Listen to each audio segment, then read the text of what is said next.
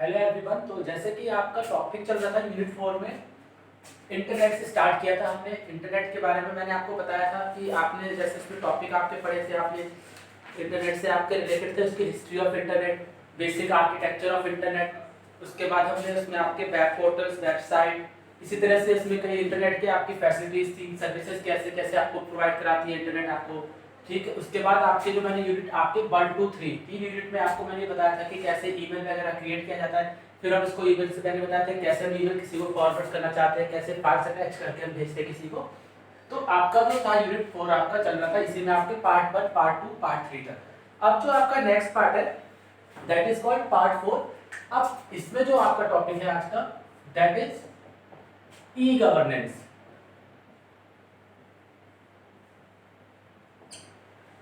हमारा टॉपिक है आज का ई गवर्नेंस। ई गवर्नेंस मतलब जैसे कि आप समझ सकते हैं, ई जैसे हमारा इसका मतलब होता है इलेक्ट्रॉनिक, किसी भी काम को थ्रू द ऑनलाइन वर्क करना, दैट इज कॉल्ड ई।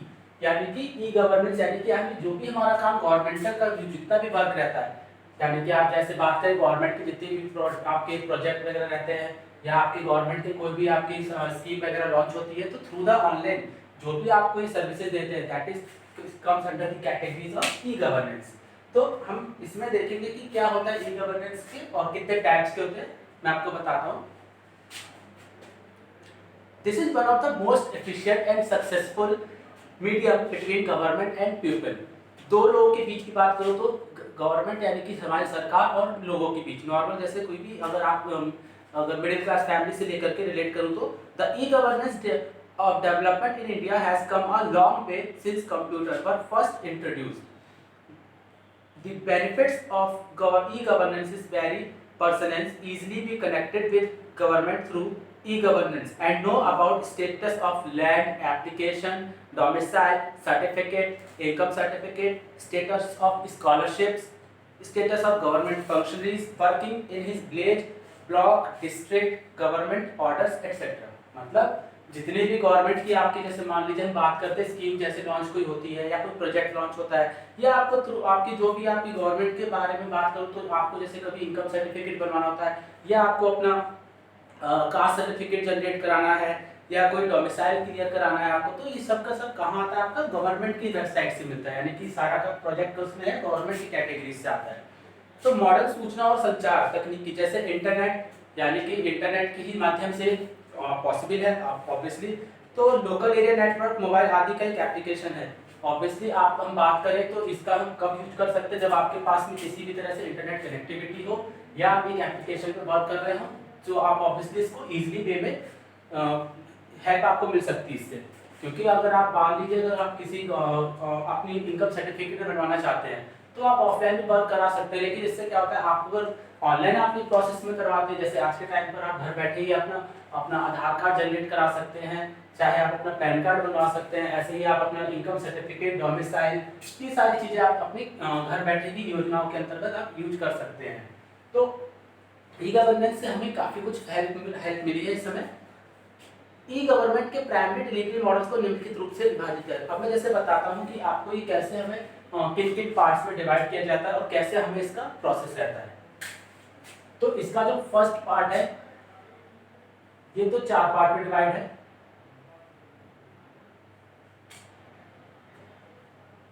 जो हमारा फर्स्ट पार्ट है वो है गवर्नमेंट टू सिटीजन, जिसको हम बोलते हैं G2C, यानी कि गवर्नमेंट टू सिटीजन्स। ठीक हो क्या? G2C मतलब गवर्नमेंट टू सिटीजन। इसी तरह से नेक्स्ट पार्ट है जो है आपका G2B, यानी कि government to business. Government to business, G2C government to citizen, फिर G2B यानी गवर्नमेंट टू बिजनेस। फिर इसके बाद जो थर्ड पार्ट है वो है G2G, यानी कि government to government. G2G government to government. Last वाला पार्ट है जो कि G2E, G2E यानी कि गवर्नमेंट टू एम्प्लॉय। हमने यहाँ पे देखा कि 4 पार्ट में डिस्क्राइब किया मैंने ई गवर्नेंस को। ई गवर्नेंस हमारे जो भी आपके घर बैठे स्कीम वगैरह पे आप वर्क करते हैं तो उसको देखिए हम 4 पार्ट में डिवाइड कैसे है। G2C government to citizen, G2B government to business, इसी तरह से G2G हो गया आपका गवर्नमेंट टू गवर्नमेंट, और लास्ट वाला है जो कि G2E गवर्नमेंट टू एम्प्लॉय। यानी कि ये 4 टाइप्स में आपका वेरियस कैटेगरीज में यहाँ पर डिफाइन किया जाएगा। अब जैसे पहला पार्ट है हमारा यहाँ पर जो कि government to citizen, first part जो हमारा बात हो रही है, अगर इसके बारे में बात करूँ तो क्या होता है, G2C मॉडल यानी government to citizen model apply the strategy of customer relationship management CRM with business concept. Obviously by managing their relationship with citizens, government can provide the needed products and services, fulfil the needs for from customers और citizens. इस model के अंतर्गत आपका जो consumer होता है relation management के साथ बिजनेस कॉन्सेप्ट की भी स्ट्रेटजी को तैयार करते हैं। इसमें आपका क्या होता है, जो आपका रिलेशन होगा मैनेजमेंट के साथ बिजनेस कॉन्सेप्ट को भी तैयार करते हैं, जैसे क्या उनकी रणनीति क्या है, क्या उनकी स्ट्रेटजीज है, कैसे उनको अपना बिजनेस को आगे बढ़ाना है, तो ये सब इसमें आता है। गवर्नमेंट का यह मॉडल सीधे बिजनेस कॉन्सेप्ट को ध्यान रखते हुए कस्टमर रिलेशनशिप मैनेजमेंट पर भी लागू होता है।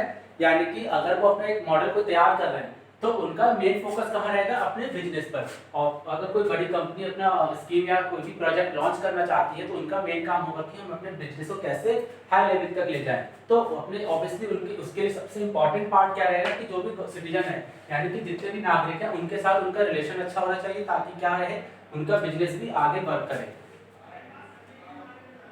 नागरिकों से संबंध को ध्यान रखते हुए गवर्नमेंट इन आवश्यक वस्तु एवं सर्विसेज को सप्लाई करती है। अगर जैसे हम बात करें, अगर ई गवर्नेंस के साइट पे अगर आप देखें तो इसमें अगर आप मान लीजिए आपको अगर अपना पैन कार्ड इशू करवाना है, तो अगर गवर्नमेंट ने अपना पैन कार्ड इशू करवा रही है किसी भी पर्सन से, तो यानी कि इसके लिए उनको क्या करना है कि अपने पैन कार्ड जो भी गवर्नमेंट ने बनवाए हैं जो भी अपने सिटीजन्स के, तो उनको वैसी सर्विसेज भी प्रोवाइड कराए ताकि किसी तरह की कोई प्रॉब्लम सामने फेस ना करना पड़े। इससे क्या होता है कि सिटीजन्स भी ये चाहते हैं कि हाँ इनका बिजनेस सही चल रहा है और हमें इनको भी लगता है कि हाँ उनको बिजनेस में प्रॉफिट है। क्योंकि पैन कार्ड अगर क्या होता है कि आज के टाइम पर आपको घर बैठे ही ऑनलाइन आप चाहे तो उसको जनरेट कर सकते हैं और ये मुश्किल से 10 से 14 या 15 दिनों के अंदर आपके पास आ जाता है। तो ये आपका गवर्नमेंट और बिजनेस के बीच में कनेक्शन अच्छा जुड़ा रहता है। As stated earlier, e-governance is an important tool to enhance the quality of government services to citizens, to bring in more transparency, to reduce corruption and subjectivity, to reduce cost for citizens and to make government more accessible. A large number of initiatives have been taken in this category by the union and state government.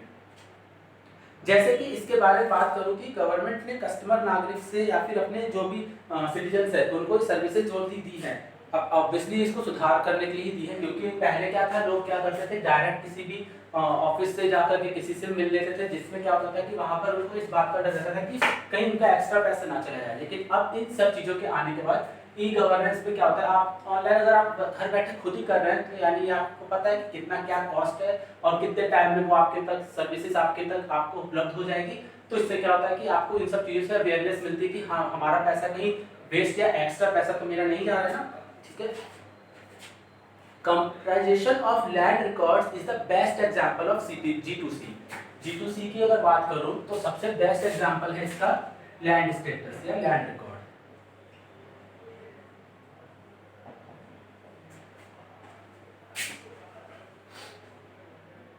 The objective of the computerization of land record was to ensure that landowners get computerized copies of the ownership to access internet facility. Computerization of land record also facilitate in ensuring accuracy, transparency and speedy dispute resolution. The Lokvani project in UP, Uttar Pradesh is the most important scheme of G2C. एक scheme थी लोकवाणी,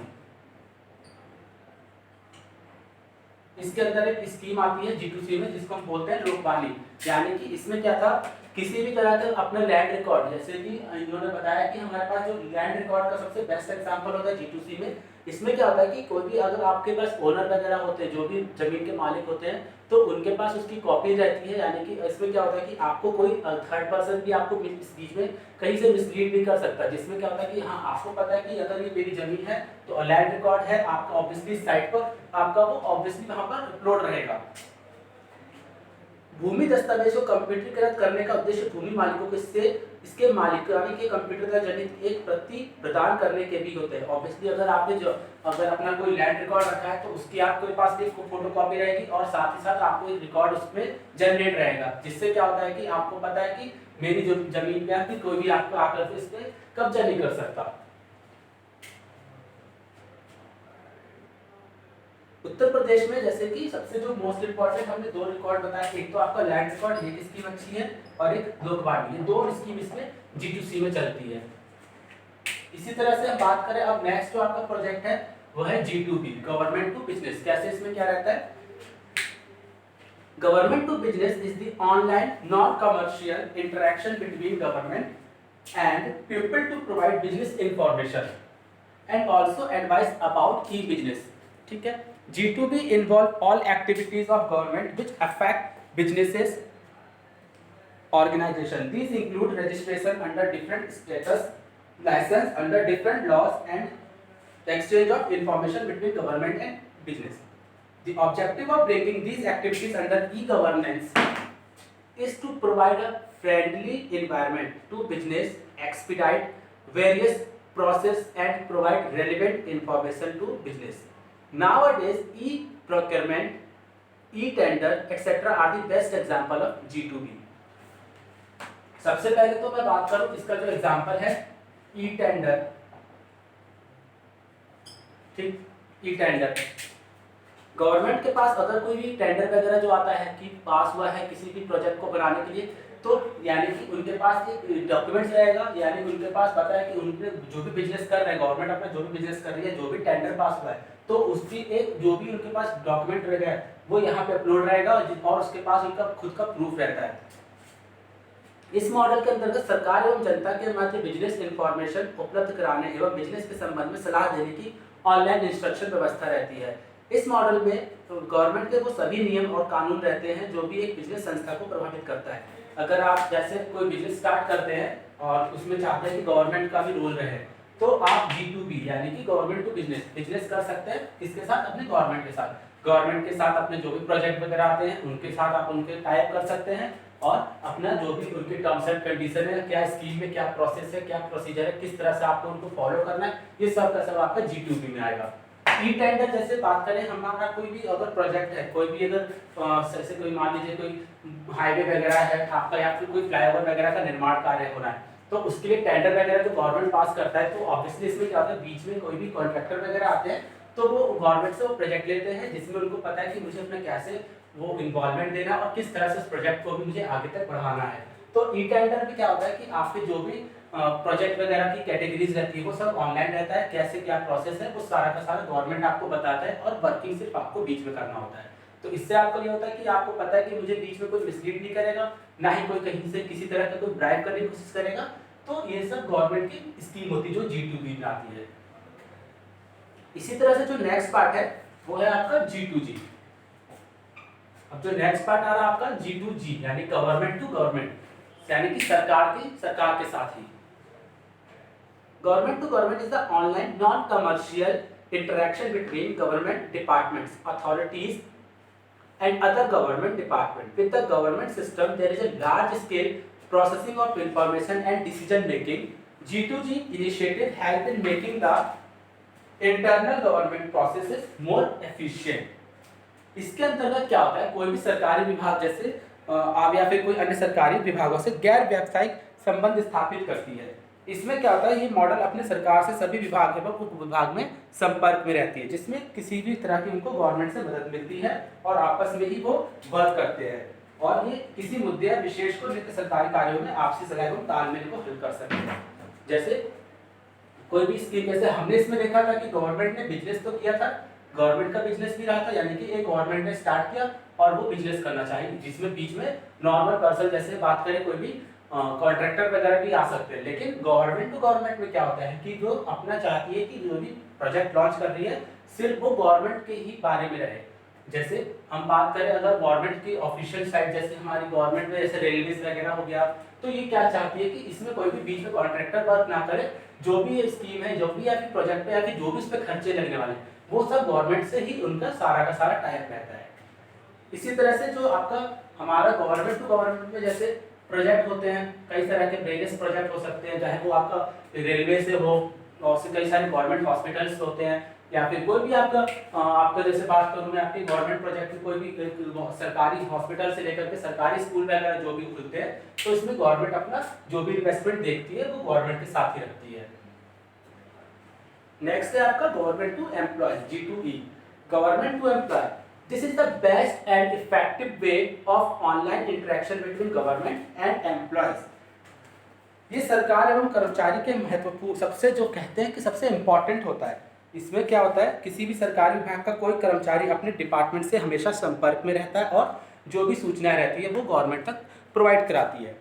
विभागीय कर्मचारियों को अपने एक विशेष अनुमति होती है जो किसी भी सरकारी वेबसाइट में लॉगिन कर अपनी रिपोर्टिंग तथा विभागीय सूचनाओं को साझा कर सकती है।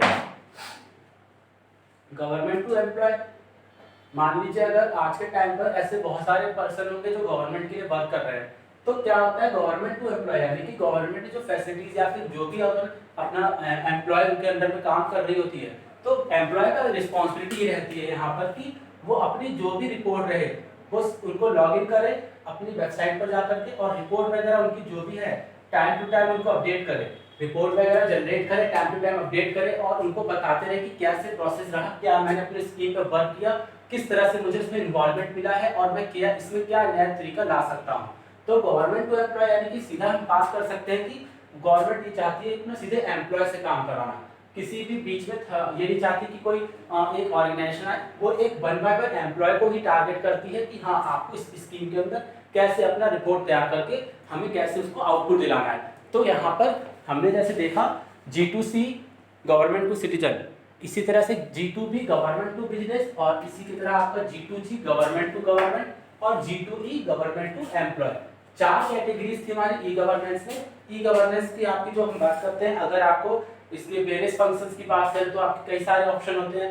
डोमिसाइल सर्टिफिकेट बनाने के लिए आप ऑनलाइन अप्लाई कर सकते हैं, आप चाहे तो इसके लिए आप इनकम सर्टिफिकेट फिर आपका कास्ट सर्टिफिकेट, ऐसे कई सारी स्कीम आती है जो आपकी ई गवर्नेंस के अंदर रहती है, जिसमें लेकिन इसकी कैटेगरीज होती है कि कैसे उनको वर्क कराना है, प्रोजेक्ट होते हैं, कई सारी स्कीम इसमें वर्क करती है, तो ये सब आपका ई गवर्नेंस का ही पार्ट कहलाता है। अब हम जैसे इसमें देख सकते हैं जो हमारा इंपॉर्टेंट रोल था सबसे ज़्यादा था वो government to employ. Government to employ मतलब हमने जैसे देखा G2C, इसमें क्या था सिटीजन्स वगैरह को वो ध्यान में रखते हैं कि उनको किस तरह की सर्विसेज प्रोवाइड करानी है। बिजनेस में आपने देखा कि कोई भी प्रोजेक्ट या स्कीम होती है तो कैसे उसको उस पर आपके बीच कॉन्ट्रैक्टर इन्वॉल्व होते हैं और वो कैसे अपना रिपोर्ट या फिर आउटपुट देते हैं। गवर्नमेंट टू गवर्नमेंट में क्या होता है, कोई भी सरकारी काम को सरकार ही देखती है, जैसे सरकारी हॉस्पिटल से लेकर के स्कूल या कोई भी एक प्रोजेक्ट होती है।